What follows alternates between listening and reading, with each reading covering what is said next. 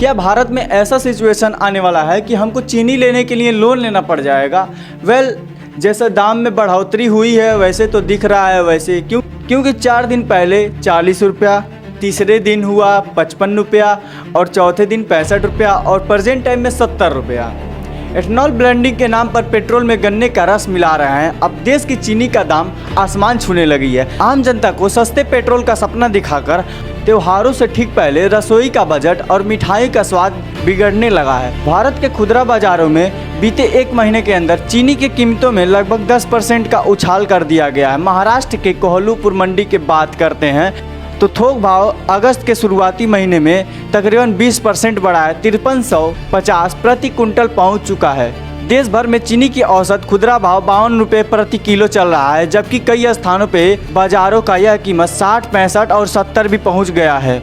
जैसे यह खबर फैलता है सोशल मीडिया को लेकर एक राजनीतिक गलियारों तक पहुंच जाती है। विपक्ष के नेताओं और विरोधियों ने वीडियो बनाकर जारी ये सरकार को एथेनॉल की प्रतिनिधियों पर गंभीर सवाल खड़े कर दिए हैं। विपक्ष का साफ तौर पे पूछना है कि जिस एथेनॉल की नीति को कच्चे तेल पर निर्भर करने के लिए विदेशी मुद्रा को बचत के नाम पर लागू किया गया था, उसी वजह से देश में हमारी चीनी की रिकॉर्ड दिन प्रतिदिन ऊंचाई का स्तर छू रही है। मीडिया में आ रही खबरों के मुताबिक स्थिति यह बन चुकी है, सरकार को घरेलू मांग की पूरी करने के लिए विदेशों से चीनी का आयात करने का विचार बन रहा है। आंकड़ों का नज़र डालते हैं तो मौजूदा सीजन में जितने गन्ने सरकार लगभग 31 लाख टन चीनी तैयार कर सकती थी, उस पूरे गन्नों को डाइवर्ट कर दी चीनी के बजाय एथेनॉल बनाने के लिए। दूसरी तरफ सामने गणेश चतुर्थी, दशहरा और दीपावली जैसे बड़े त्योहारों का आगमन हो रहा है, जिसमें चीनी की मांग चरम स्तर पर है। देश की चीनी के मौजूदा स्टॉक पहले से ही दबाव झेल रहा था। सरकारी एक्सपोर्ट की पूरी तरह रोक लगा चुकी है। व्यापारियों की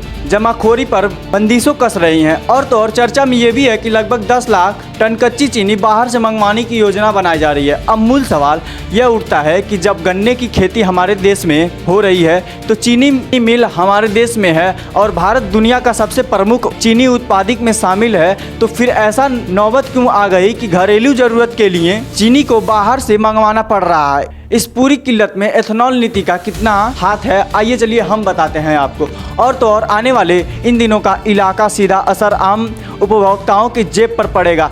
आज इस पूरी गणित को आसान भाषा में हम समझेंगे। नमस्ते, मेरा नाम है राज वर्मा और आप देख रहे हैं भारत की बात। बने रहिए वीडियो में हमारे साथ।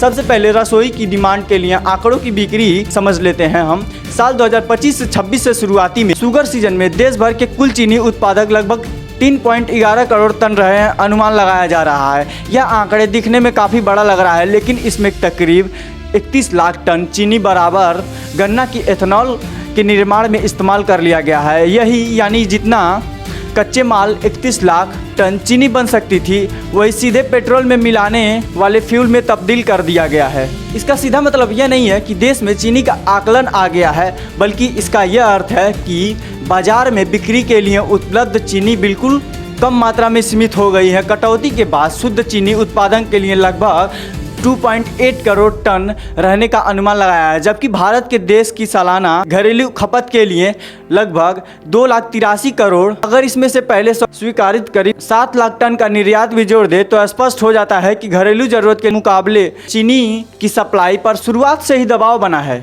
अब बात यह आता है कि सप्लाई में इतनी कमी और भरपाई पिछले बचे हुए रिजर्व स्टॉक से चीनी यूज की जा रही है प्रेजेंट टाइम में, लेकिन अब वह रिजर्व स्टॉक तेजी से नीचे गिर रहा है। रेटिंग एजेंसी ICRA के अनुमानों के अनुसार सितंबर 2026 में देश का चीनी का बफर स्टॉक घटकर तकरीबन 43 लाख टन पर आ सकता है। ठीक 1 साल पहले यही स्टॉक लगभग 53 लाख टन के स्तर पर था, यानी सीधे 10 लाख टन की बड़ी गिरावट आई है। 43 लाख टन का आंकड़ा पहली नज़र में काफ़ी बहुत बड़ी दिखाई दे रहा है, लेकिन भारत जैसी विशाल आबादी और उसकी दैनिक खपत के हिसाब से तो यह महज 2 महीने की ज़रूरत का बैकअप है। इसका साफ मतलब है कि चीनी पूरी तरह से ख़त्म नहीं हुआ है, लेकिन बाजार के पास किसी भी अनहोनी या अतिरिक्त मांगों से निपटने के लिए सुरक्षित मंजिल नहीं बचा है। इस बीच त्योहारों का सीजन सिर पर है और अगस्त से नवंबर के महीने के बीच देश में चीनी की खपत सबसे ज़्यादा होती है। गणेश पूजा, दुर्गा पूजा और दीपावली जैसे पावन मिठाइयों की काफ़ी बिक्री बढ़ जाती है। इसके साथ बिस्किट, बेकरी और स्टाफ और सॉफ्ट ड्रिंक बनाने वाली बड़ी कंपनियां अपने स्टॉक बढ़ा लेती है, जिससे आम घरों के साथ साथ कमर्शियल डिमांड में भी भारी बढ़ोतरी आती है। यानी एक तरफ जहां पर बफर स्टॉक का दायरा सिमट रहा है, ठीक उसी वक्त बाजार में चीनी की वास्तविक मांगों के लेकर दाम में उछाल आ रही है। यही मुख्य वजह है कि बीते दिनों कुछ हफ्तों के अंदर चीनी दरें 10% बढ़ गई हैं। कोल्हापुर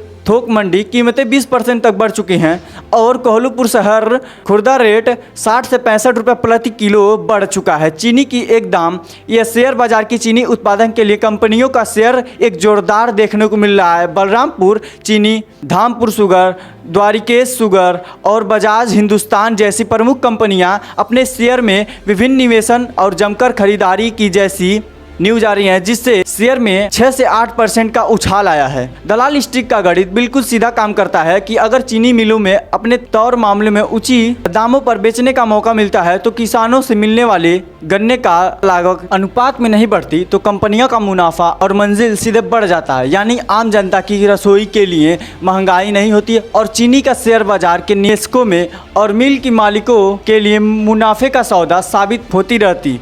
लेकिन इस पूरी तस्वीर में एक बड़ा पैच भी मौजूद है। चीनी की कीमतों में तेजी से ऊपर जाएगी। सरकार पर महंगाई को काबू रखने के लिए प्रशासनिक दबाव उतना ही बढ़ जाता है जितना ये जनता उन पर दबाव डालेगी। सरकार पहले ही निर्यात पर पूरी तरह से बंद लगा चुकी थी और स्टॉक लिमिट तय कर रही थी।